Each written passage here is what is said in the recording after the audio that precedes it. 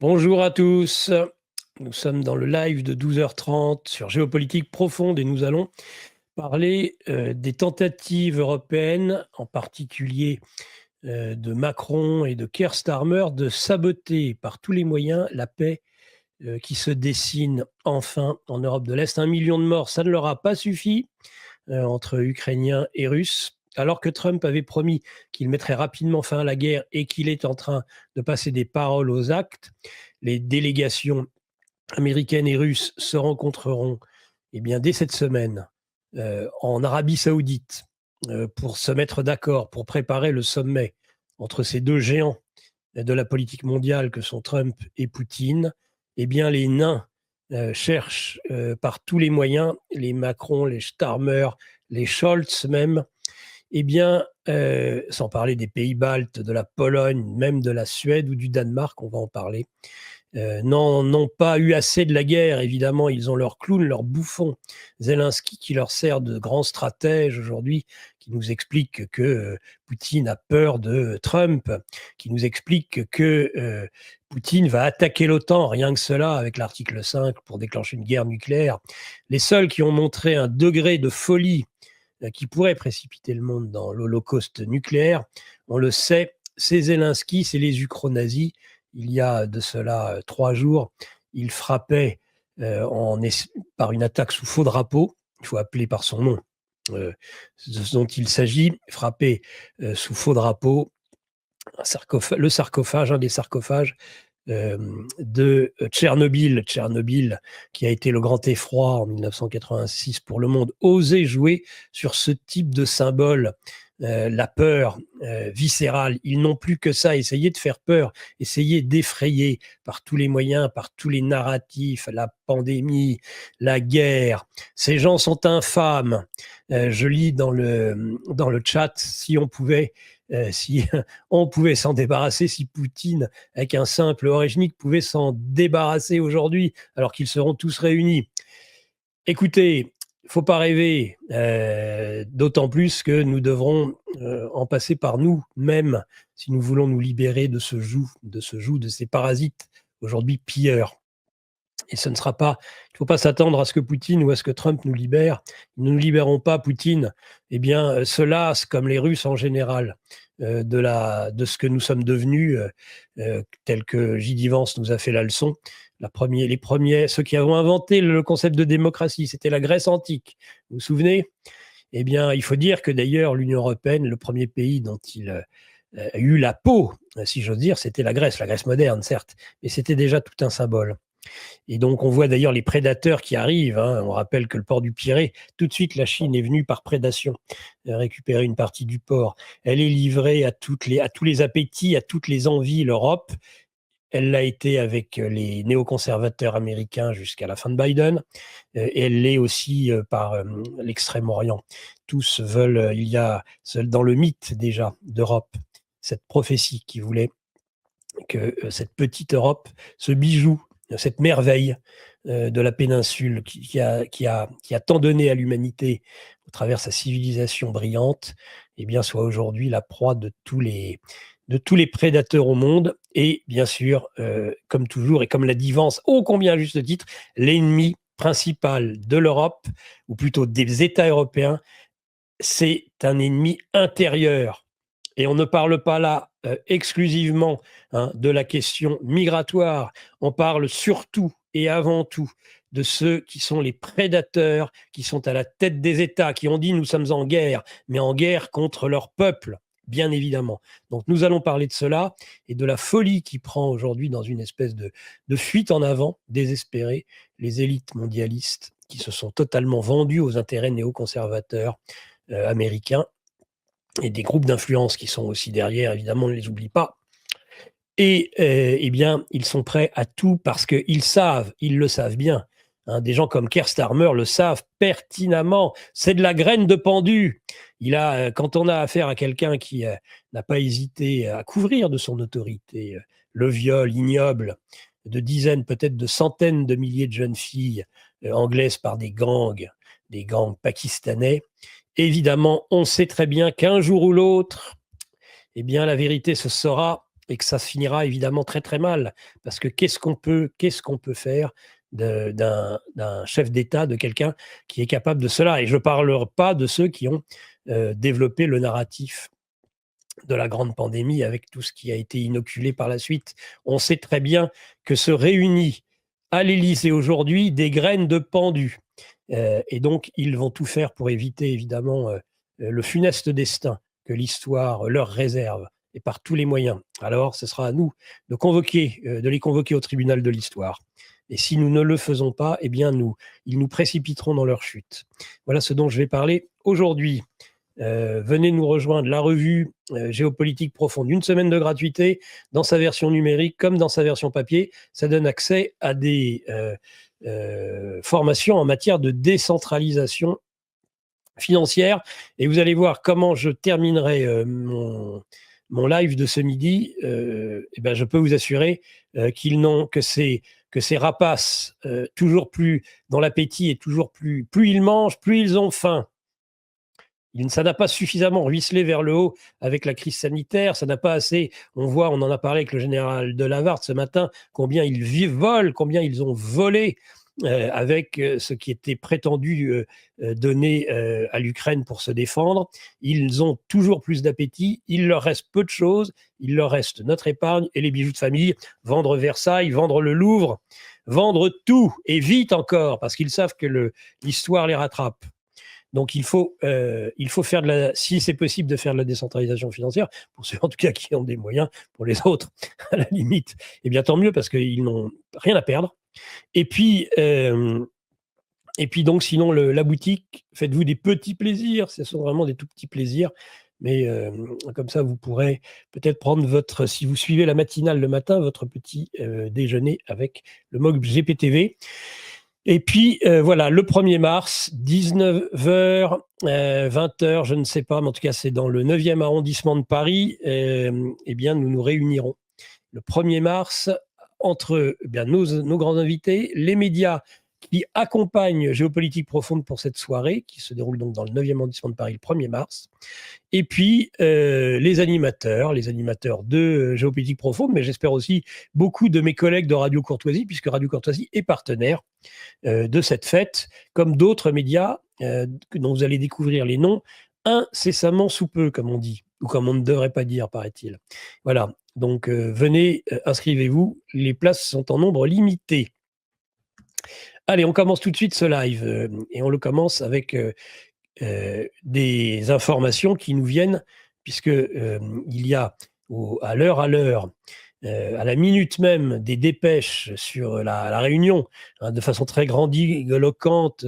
Un média mainstream avait dit: Macron convoque l'Europe à l'Élysée. Parce qu'il a été, en effet, comme je l'ai lu dans le chat, humilié. Il a été terriblement humilié. La fessée n'était pas une fessée d'ortie, c'était une véritable déculottée. Ils ont tous fait des têtes pas possibles, évidemment.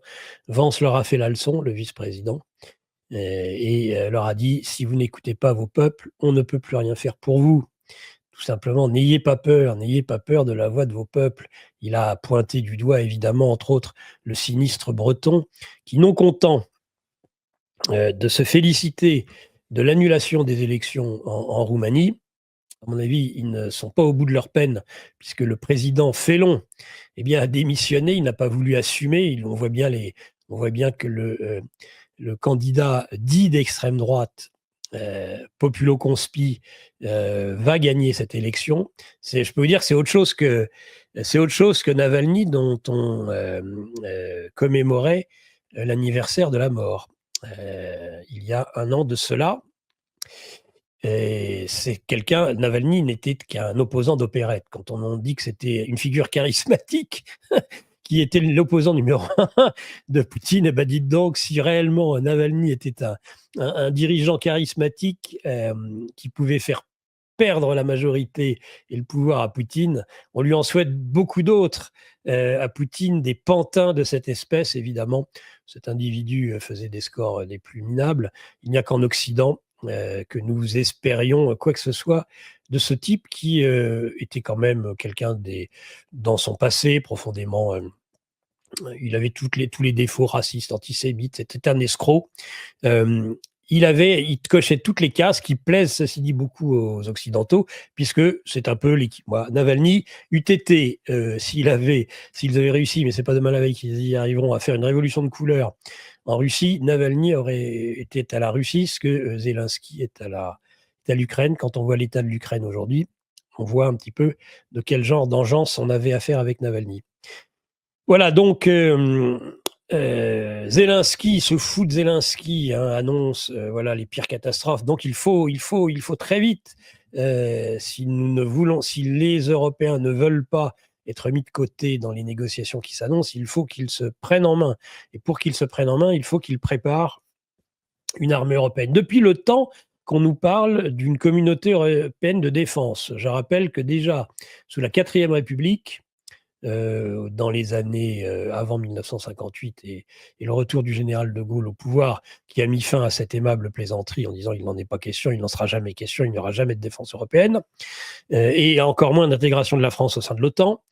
C'était quelque chose qui, à l'époque de Mendès France, hein, dans les années 50, on espérait une défense européenne, une espèce de monstre du Loch Ness, de serpent de mer, qui, je l'ai vu là, il réapparaît là, mais évidemment n'a jamais pu exister. Ça a toujours été néanmoins, les commanditaires de Macron ont toujours eu ça à l'esprit. Je rappelle quand même que lors du premier mandat de Donald Trump, l'an 2000, donc il est arrivé en 2016, et Macron, lui, en 2017. On avait été étonné on s'était dit, tiens, quel bon gaulliste, il veut retrouver la souveraineté française. À mon œil, quand Macron disait, rappelez-vous, l'OTAN est en coma dépassé. Hein, il y avait des commentateurs, à mon avis, ils sont plus menteurs et corrompus que bêtes, quoique, mais je les crois surtout très corrompus, qui expliquaient à l'époque dans les médias mainstream, qui se prétendaient être gaullistes, quel bon président nous avons là, il veut revenir à l'indépendance nationale, il dit que l'OTAN est en coma dépassé. Pensez-vous? Il ne le disait pas ça pour ça, il disait ça parce qu'il avait déjà en tête, ses commanditaires n'ont que ça à l'esprit, c'est-à-dire une grande prison des peuples avec une défense européenne, avec un président de l'Europe, une Europe à marche forcée qui détruirait totalement les nations. Quand il parle de souveraineté, Macron, il ne parle jamais de la souveraineté nationale française, il parle toujours de la souveraineté européenne. Donc il espérait déjà à l'époque que l'OTAN disparaisse. C'était certainement les commanditaires de Davos qui s'imaginaient cela et qu'il fallait rapidement faire une défense européenne à la place. C'était ça l'objectif. Et puis, la tricherie manifeste en 2020 sur les élections américaines, on rétablit les néoconservateurs. Donc évidemment, pendant 4 ans, on n'a rien fait. Et bien au contraire, d'ailleurs, l'OTAN a repris du service pour préparer la guerre, pour attiser les feux, pour continuer à encercler la Russie. Et puis défaite à nouveau en 2024. Donc rebelote. D'ailleurs, on apprend que Mark Rutte, qui est le patron de l'OTAN actuellement, patron si on veut, patron administratif, au-dessus, il y a toujours un général américain, je le rappelle, hein, qui dirige effectivement les opérations. On n'a aucune indépendance. C'est comme la Corée du Sud, hein, il y a un général qui dirige. Un général américain, toujours. Les autres, ce sont des prête-noms, ce sont des hommes de paille, comme on dit. Voilà. Donc Mark Rutte est un homme de paille, sauf qu'il est quand même stipendié par les intérêts néoconservateurs, donc il se rend à l'Élysée aujourd'hui. Ce qu'il faut quand même constater, et qui est en droit d'inquiéter un minimum, c'est que finalement, quand on regarde bien, tous ces poulets sans tête, qui sont les dirigeants européens, je rappelle, ceux qui vont se rendre là-bas, vous aurez les principaux, c'est-à-dire, je vous l'ai dit, je vais essayer de vous retrouver la liste, et si je ne vous la retrouve pas, c'est pas grave, je vous en reparlerai tout à l'heure, mais je peux de mémoire pratiquement le dire, puisque vous aurez le président, donc évidemment français, Macron, là j'ai retrouvé les chefs de gouvernement, Scholz, Keir Starmer, Giorgia Meloni, dont on rappelle qu'elle est proche de Trump, mais que c'est évidemment... elle est dans une logique qui est à la fois d'hostilité à la Russie, et ils sont très pro-OTAN en Italie depuis la fin de la Seconde Guerre mondiale. Tusk, le va-t-en-guerre, mi-commissaire européen, mi-polonais, et plus, à mon avis, il a prêté serment, tout comme Barnier à l'Union européenne, donc son destin personnel, il est avec Van der Leyen beaucoup plus qu'avec ses compatriotes polonais. L'Espagnol Pedro Sanchez, le socialiste, Dick Schoof des Pays-Bas, hein, plus pro-OTAN que les Pays-Bas, je ne sais pas si ça existe, et Mette Frederiksen, la Première ministre danoise. Donc, ils se rajouteront le président du Conseil européen, Antonio Costa, la présidente de la Commission européenne, Van der Leyen, et donc Mark Rutte, le secrétaire général de l'OTAN. Voilà un petit peu le beau monde qui se réunit à l'Élysée aujourd'hui. Donc, ça a été donc à l'initiative de Macron, dont on voit bien que l'objectif va être d'essayer de se faufiler. Alors pourquoi Orban, à juste titre, a fustigé ces chefs d'État européens qui veulent continuer la guerre par tous les moyens? Pourquoi Orban dit cela? Alors qu'évidemment, c'est au nom de la sécurité et de la paix, comme toujours, que ces oligarchies mondialistes, cosmopolites se réunissent. Et Orban a été très très clair, ce n'est pas du tout pour la paix que ces dirigeants européens se réunissent. D'ailleurs, Orban, comme Fixot, comme quelques autres, ne sont pas invités, évidemment. Seuls les va-t-en-guerre sont invités. Et il dit, voilà, ils recherchent à perpétuer par tous les moyens la guerre. Bah, tout simplement parce que ils vont créer des initiatives qui vont... Alors, ils prennent au mot les Américains, puisque Trump... ils sont d'une mauvaise foi et d'une filouterie sans nom, évidemment. C'est vraiment des races de vipères. Et ils prennent de Trump ce qu'ils veulent quand ça les arrange, du genre « Ah bah vous allez vous débrouiller maintenant et vous allez assumer votre propre défense ». Et ils répondent « Chiche, il va falloir le faire ». Et donc, pour s'imposer et pour être de la partie des négociations, il faut qu'on montre de ce dont on est capable. Donc, par exemple, envoyer des troupes. On sait que c'est quelque chose qui chatouille Macron depuis des mois et des mois. Il passe son temps. Il est un petit peu comme ce que l'on disait du Satan dans les Écritures, Macron. C'est une espèce de lion ou de tigre rugissant qui nous tourne autour en permanence et qui attend la faille. Il attend la faille, Macron. Donc, il passe son temps actuellement à aller de chancellerie en chancellerie avec son fidèle Jean-Noël Barrot, ce fêlé de Barrot, et le porte-coton, évidemment, hein, le ministre de la Défense, le cornu, le bien nommé. Donc, quel beau trio, quelle belle triade, quel beau trident, si j'ose dire, français. Donc, ils passent leur temps à les attiser, à les énerver, à chercher, voilà, un petit peu comme avant la Révolution, les activistes. Dès qu'il y avait un regroupement, ils les excitaient. Eh bien, c'est exactement ce que nous faisons aujourd'hui. C'est-à-dire tout à fait l'inverse de ce qu'a toujours été la destinée manifeste, la position, la vocation de la France, c'est-à-dire d'être dans une position d'équilibre et de paix. Nous avons aujourd'hui des gens qui ont réussi, par un hold-up odieux, à prendre le pouvoir en France et à faire tout à fait l'inverse, comme dans un miroir, une inversion diabolique, l'inverse de ce qu'est la vocation de la France. Jamais on a vu ça. Et donc, tous les prétextes sont bons. Ils profitent là de l'humiliation que Vance a administrée à l'ensemble des Européens, qui sont tous évidemment extrêmement vexés. En plus, je crois qu'il est allé voir Madame Alice Weidel, qui donc est la patronne de l'AfD, en pleine campagne électorale. Donc Scholz, qui pourtant freine des cas de fer, hein, et d'ailleurs il vient d'annoncer que c'était quand même prématuré face aux Anglais, aux Français et aux Polonais qui sont prêts à en découdre tout de suite. Scholz a quand même été obligé d'admettre, parce qu'il n'a pas envie de perdre définitivement les élections, eh bien, il a été obligé d'admettre que c'était peut-être un peu prématuré avant d'envoyer des troupes.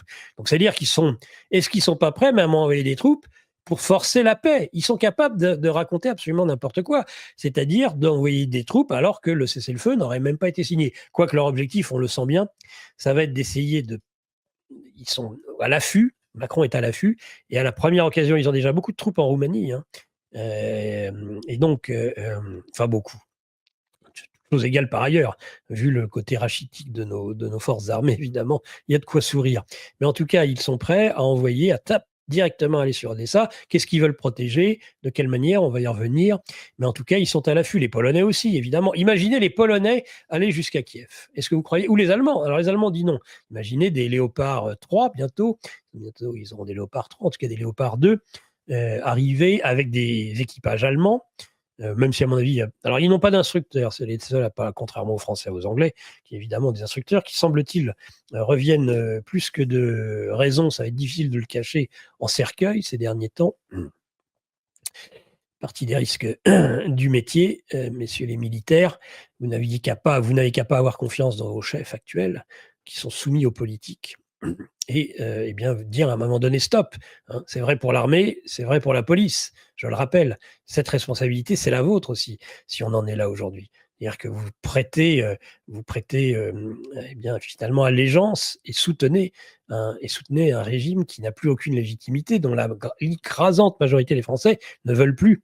Ça fait longtemps que nous en serions débarrassés, en effet, si eh bien, les forces de police avaient eu une autre réaction par rapport aux Gilets jaunes. Et ce sera demain pareil avec les forces armées. Jusqu'où irez-vous? Jusqu'où les forces armées, jusqu'où les grands chefs militaires actuels, grands chefs, c'est peut-être un bien grand mot, en tout cas les chefs militaires d'état-major actuels, ils n'ont pas toujours été très brillants. Rappelons-nous évidemment tous les gamelins de l'état-major français en 1939 et en 1940. Mais bon, je pense que s'ils continuent comme ça, les chefs militaires français environt le sort que l'histoire a fait à Gamelin. Quand on dit Gamelin de plateau, je pense qu'on est très loin du compte. Je pense que qu'ils en prennent conscience. Ce sont des gens souvent issus de belles familles, hein. Il y a de la noblesse, il y a des grandes familles qui ont servi la France de génération en génération. Quelle indignité peut-être nationale demain. Je le dis comme ça, il y en a juste un qui entend. Parce que voilà, on est quand même redevable de sa famille, de tout ce que sa famille a fait. Il y a beaucoup, souvent, vous savez, chez les généraux, les amiraux, ils le sont de père en fils. Dans la famille, il y en a énormément. Quelle indignité si ça se terminait mal, tout ça. Des belles familles qui ont servi la France. Et le dernier rejeton qui se vautre dans la fange avec les politiques. Qu'ils y réfléchissent et qu'ils méditent. Ce point-là, à mon avis, ça serait extrêmement important. Parce que peut-être qu'alors, il saurait poser le képi. Hein, je ne suis pas un excité qui demande tous les 4 matins des coups d'État, mais vous savez, juste poser le képi, comme ça a failli être fait à une époque avec Pierre de Villiers, mais qui n'est pas allé jusqu'au bout, qui s'est fait virer comme un malpropre par Macron et qui avait failli le faire avec Hollande. Il aurait mieux fait de le faire à l'époque, quand il réclamait un peu plus de budget. Vous aimez nos émissions ? Ouais. Vous aimez les différents formats qu'on vous propose ? Ouais.